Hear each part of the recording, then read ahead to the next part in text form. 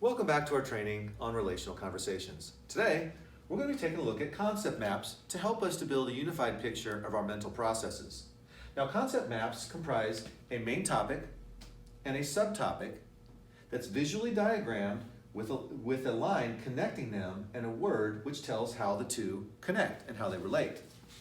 Now, when this main topic and subtopic are connected, they create propositions for us that help us to understand our thinking. So this main topic, restorative practices, is connected to our subtopic, healing, with the word "are" to create the proposition, restorative practices are healing. Now, the purpose of concept maps are to help us to explore relationships between ideas and visualize the interconnectedness of concepts. So we've got ideas and concepts like restorative practices and healing, using words like "are" to describe their relationships and link our thinking together. Now, the net effect of this is that we're metacognitively constructing a united schema. In other words, we're thinking about our thinking as we're constructing this diagram, and we're unifying our thinking by connecting our various thoughts with regards to relational conversations. So in a moment, what we're going to do is we're going to take a look at a rather large concept map to help you to understand how you can build your own and unify your thinking with all that we've been learning with relational conversations. This is a concept map. And as we look closely at this concept map, we see, as we were learning earlier, the main topic and a host of subtopics that connect to this main topic in a variety of ways. Now, as you look at this, you start to see that there are a host of propositions which start to jump out at us and connect our thinking with regards to restorative practices in a vast array of different ideas and concepts. Let's begin by taking a look at some key things that this map shows us. It tells us what restorative practices are. It shows us the ways that restorative practices help, what they require, and also the ways that they positively change things. So in just a moment, we're going to kind of zoom in just a little bit closer so we can focus on these propositions and how they all interlink.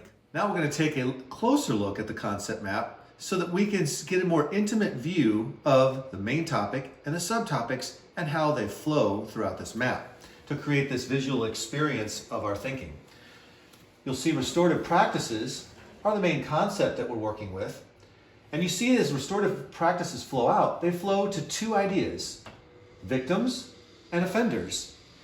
And we see the connector between victims and offenders is the word "help." That what that does for us is gives us the proposition that restorative practices help victims and restorative practices help offenders. Now, off of victims and offenders, we see the various ways that restorative practices help each. Offenders grow in responsibility. There's one of our three propositions for offenders. Offenders develop empathy, and offenders have accountability. Likewise, on the other side of the map, victims feel empowerment, victims receive healing, and a third proposition for victims is that victims get closure. Now, on both sides of this map, we see that the responsibility, empathy, and accountability that offenders are held to, that promotes peace, community, and joy. While at the same time, the empowerment, healing, and closure that victims receive promotes peace, community, and joy. And as this peace, community, and joy is built amongst victims and offenders, victims begin to enjoy community and offenders are reintegrated into the community. We also see up here that in this process that victims confront offenders. Now, as we look at this overall, what we're seeing is a visualization of our thinking.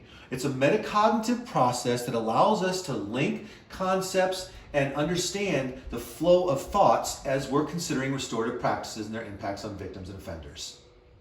Now you're ready to begin to build your own concept map on relational conversations, where you will be able to start to coalesce your ideas into one coherent picture, which is going to guide your understanding and your use of relational conversations.